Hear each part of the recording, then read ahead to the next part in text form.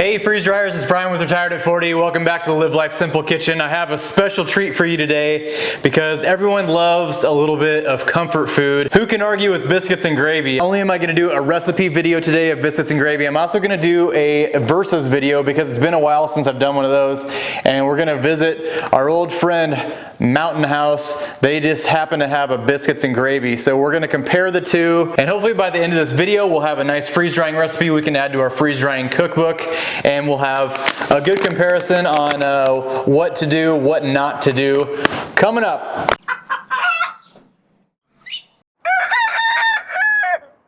When I do these versus videos, I like to check out the competition, the Mountain House. I like to check out the ingredients. I haven't found anything weird in here, but I do like to make sure that there's the correct weight in here, and I kind of like to see what the product looks like. So let's open this package up and see what Mountain House has to offer. So another reason I like to do this is it reminds me of why I like home freeze drying as opposed to buying this, not just for the expense, but for the quality of food. First things first, 4.4 ounces as advertised, so we're good there. The next thing I want to look at is what these ingredients look like. And in the past, if you've seen some of my other versus videos, they like to bulk up on the cheap stuff, which in this case is going to be the biscuits. Meat will pretty much be non-existent. Everything else in biscuits and gravy besides the meat is very inexpensive. And today's example is no exception. There's definitely a lot of chunks. Those are going to be your biscuits, and all that powder is going to be your gravy. So once you add your water back in, that's going to give you a thick gravy, hopefully. But I'm not really seeing a whole lot of sausage. The one sausage, the sausage that are in there, they look kind of like the cheap ones that you get at a free continental breakfast at a hotel or something. So we'll see how those rehydrate, but let's get to making our own. Biscuits and gravy is an extremely easy recipe. You pretty much just need some flour, some sausage, your biscuits of course, and you can make these by hand obviously. I'm just using the exploding can type. And if you can do low-fat sausage, fat is always going to be the enemy of freeze-dried food, so the less fat you can get into your recipes, the better. And the last thing you need is milk. And I'm sure I will get lots and lots of comments about my recipe. This is a recipe that I have found works for freeze drying, which freeze drying recipes and your mama's or your grandma's recipe for making biscuits and gravy is probably going to be a little bit different. Although if you found a freeze drying recipe that works, that has, you know, all the flavor that we want and stores really great, share it down in the comments section and kind of share it with the community and do us all a favor. So first thing we need to do is just cook up our sausage. I'm doing 3 pounds of sausage, so you're going to need a pretty big old pan. We're going to brown this sausage, and then we're going to drain it, and then I'll show you the trick to get this to freeze dry and store for a little bit longer. While our sausage is going, we're going to bake our biscuits, and I'm doing 4 packages of biscuits. And the next thing I'm going to do is drain off all of the sausage. Now that we have it drained, I want to rinse this off with as hot of water as my sink will go, but I don't want to kind of recook or scald this. I want hot water that's going to clean it off. It's going to clean all that fat and oil off of here, but I don't want to recook it or overcook it. So rinsing this is going to take some of the flavor away, there's no doubt. Is it going to take all of the flavor away? Absolutely not. You still have your basic ingredients for biscuits and gravy. You have the biscuit, you have sausage, you have pepper, and of course your gravy. Really the most pivotal part of this biscuits and gravy when it's freeze dried is going to be the meat, because that grease is what's going to affect your long-term storage, and really it's going to affect the whole freeze drying process in general. So really my goal when I do stuff like this is about 3 years. You can probably stretch it out to closer to 5 years, but that's going to depend on a lot of variables, and that's not just for this recipe. That goes for a lot of recipes that are kind of in that questionable category. One thing I noticed on our Mountain House was this says best if used by October of 2050. So that means that they're assuming that this is going to last 30 years. So how do they get theirs to last 30 years? My quick answer would probably be a lot of additives and preservatives to make it last 30 years. But if you remember when we opened that Mountain House package, there wasn't a whole lot of meat in there. So if you want to increase your chances of long-term storage, I would definitely say go easy on the meat in your biscuits and gravy. If possible, go with a lean pork sausage, and you definitely want to rinse this. You can actually take it a step farther and pour boiling water over the top. I don't necessarily like to do that because it almost recooks the sausage and maybe potentially overcooks it. So I like to just rinse it, but if you want to go a step farther, you can definitely try the boiling water method too. For our gravy, we're gonna do something real simple. We're just gonna do 4 cups of milk. You're going to heat that up. You're gonna pull a little bit of that milk out. You're gonna add a small amount of milk to that 3/4 of a cup of flour until you can make a paste-like substance. Once that paste is nice and smooth from mixing it, you're going to add that back into the rest of that milk. And then I like to throw in a couple pinches of pepper also, probably about 1/4 teaspoon, depending on how much peppery taste you want in there. I'm gonna add a pound of cooked, I measured this after it was cooked, a pound of cooked sausage. So the sausage is gonna definitely thicken it up, but to me, biscuits and gravy is supposed to be real thick like this. Everyone has their own take on it, but for me, I think this is about good. So you can see our biscuits are done. It's time to load up some trays. All right, you can see those beautiful Southern style baked biscuits are nice and done. So next thing I think we need to do is load up some trays with our gravy. This I think will fill up this whole tray, and I'm going on to parchment paper. I like parchment paper for this type of stuff because if there's leftover grease and oils, it tends to soak some of it up. It just kind of reduces your chance once again of failure. So that recipe doubled, made 2 large trays worth.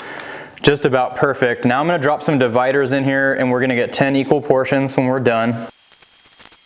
So to kind of regain some of that biscuits and gravy flavor that we lost when we lost our grease and oil and everything, we added quite a bit of spice because with spice you can make up for what you've lost. We added paprika, some extra pepper and salt, some garlic salt, and then if you want some heat, you can add some red pepper flakes or cayenne or something like that as well. So now we have our biscuits to contend with.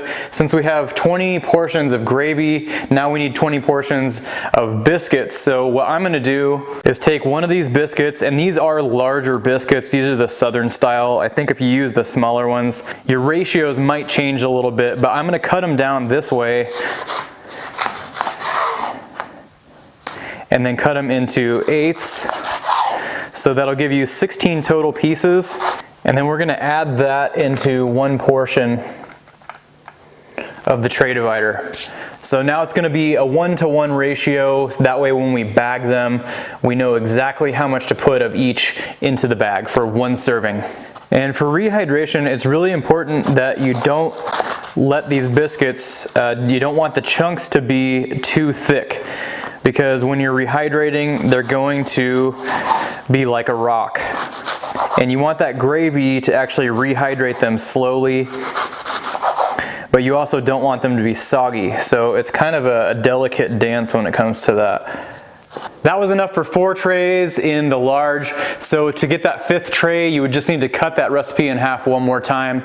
I do think that this recipe would actually fit on a medium tray as well for that gravy. I think you could squeeze it on there. You might have a little bit of extra, but that would, if you doubled this recipe, then you would have enough for 2 trays in the medium and then 2 trays for your biscuits.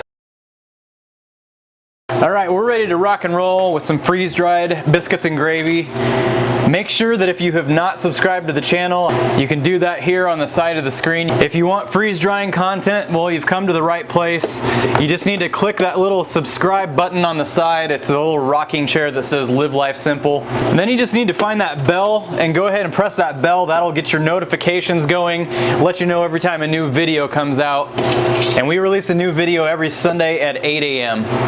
And if you like freeze drying and you like the content we're providing, give us a thumbs up. It really helps us out. And if you've seen some products that you want to purchase in this video, our store is freezedryingsupplies.com, and all of those products can be found there. Your purchase helps us develop new products to streamline the freeze drying process, and we're just really trying to simplify that freeze drying process as much as possible. If you're looking for a freeze dryer, you can go to harvestright.com. If you do that, please consider using our affiliate link down in the description. When you use our affiliate link, it funds our giveaway prizes in our Facebook and our MeWe group. If you haven't joined that, consider using that. There's all kinds of free information on there. You can find out anything you want to know on freeze drying. So make sure that you check both of those out. Now let's get back to our freeze-dried biscuits and gravy. Well, we ended up a little longer than I thought. 27 hours, 38 minutes. But now we have some beautifully portioned biscuits and gravy. And what's going to be really slick is that we have everything already divided out, so we can just open up a bag. We can slip a portion in to a bag, a portion of our biscuits as well. And depending on when this video comes out, it'll depend on whether or not you've already seen my review on this Abbott armor, but this is going to be making an appearance in probably almost all of my videos, because it's just become one of those things where I don't know why I didn't have one, why it took me so long to buy one.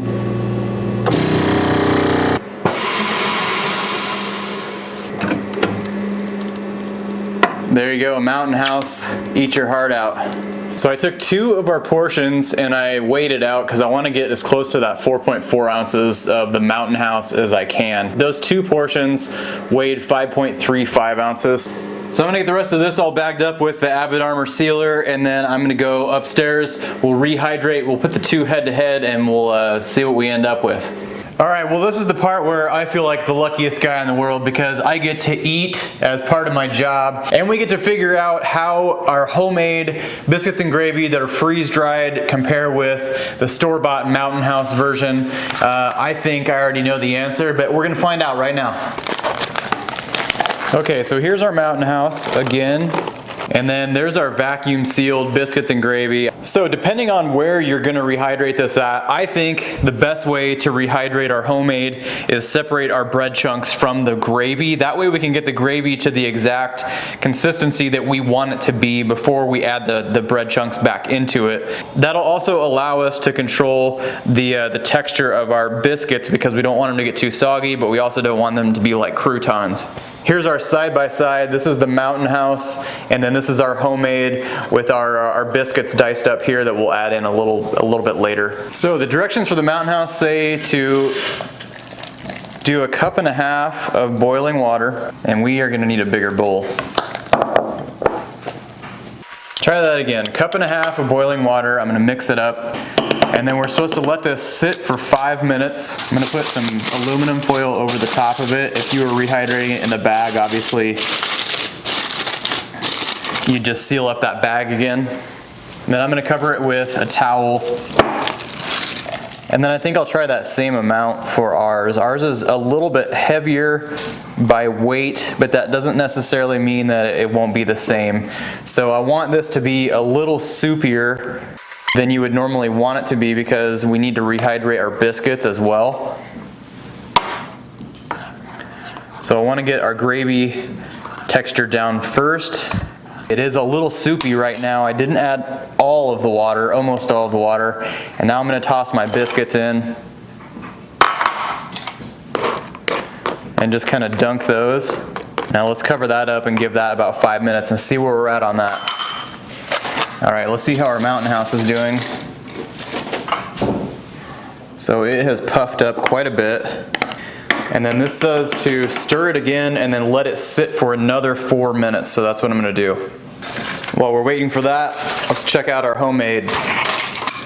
Well, I can tell you which one looks better so far. The homemade definitely looks a lot heartier. It definitely has a lot more meat in it. I'm gonna cover ours back up again. We're gonna let ours sit for another 4 minutes. And then I get to do my favorite part of the video, which is the taste test. All right, here it goes, Mountain House. It's not too bad looking. This is probably one of the better ones that I've seen, Mountain House. have. I'm not a big fan of most of the stuff that I've tried from them. I understand that it's not really supposed to be a gourmet meal, but the stuff that I have seen from them in the past, it's kind of cheap. It's kind of low-end food in my opinion. But how does it taste? It's not too bad. The sausage doesn't really rehydrate. It's kind of it's not great, and I can't speak too soon because ours might do the same thing. Their bread actually is just about right. It still has like a little bit of texture to it. It's not soggy or anything, but like I said, one of the better meals I think that Mountain House has. So before I dog on them too much, let's see what ours looks like. I'm gonna transfer it to this other bowl so we can see it apples to apples. And just as I suspected, ours is a much heartier version. Just with those big chunks in there, there's lots more meat. The gravy is a lot thicker. I think this is probably gonna do really well. Let's check it out. There are the two side by side. You can see the chunkiness difference. This is more of it's a little bit more soupy. And part of that's just preference too, if you like your biscuits and gravy that way. To me, I think this is kind of like Mama used to make it.